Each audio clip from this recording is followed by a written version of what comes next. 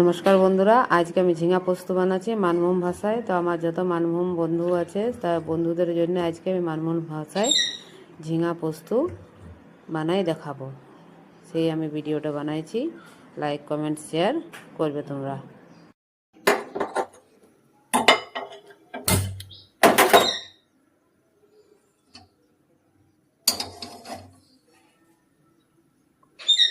নমস্কার বন্ধুরা, আজকে আমি বানাচ্ছি ঝিঙে পোস্ত। তাই আমি মানভূম ভাষাতে ঝিঙা পোস্তটা বানাবার বলছি। আমি ঝিঙাটাকে প্রথমে খোসাটাকে ছাড়াই নিয়েছি, তারপর আলুটা কাটিয়ে নিয়েছি। এখানে পোস্তটা ভিজাই রেখে দিয়েছি, পোস্তটাকে বাটিয়ে নেবো। এখন বাটি নেই, তারপর আমি কড়াইটা বসাই দিলাম। এরপর কড়াই গরম হলে আমি তেলটাও দিয়ে দেব। কড়াই গরম হয়ে গেছে, তেলটা আমি দিয়ে দিলি। এরপর আমি পাঁচফোড়নটাকে দিয়ে দেব। এখন দিই নাই, তেল আমার গরম হয়ে গেল, পাঁচফোড়নটাকে দিয়ে দিচ্ছি।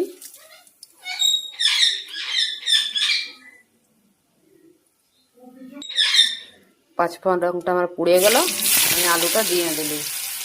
আলুটা দেওয়ার পর আমি ভালো করে লাড়িয়ে চাড়িয়ে নেব। তারপর আমি এখন ঝিঙাটাকে দেবো নাই, আমি ঝিঙাটাকে পরে দেবো। আর আলুটাকে অল্প লাড়িয়ে চাড়িয়ে ভাজিয়ে নিই, তারপর আমি দেবো।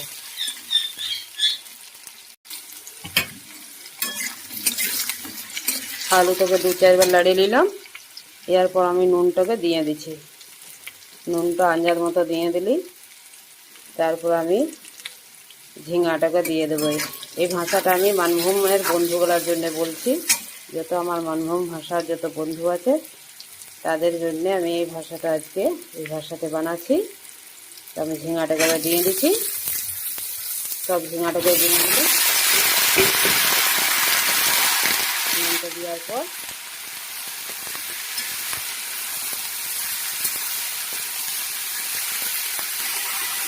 আর একটুকু হলুদ দিয়ে দিচ্ছি, কেন পোস্তটা সাদা সাদা হয়, তো একটুকু হলুদ দিয়ে দিলি। তারপরে আমি পোস্তটাকে বাটবো।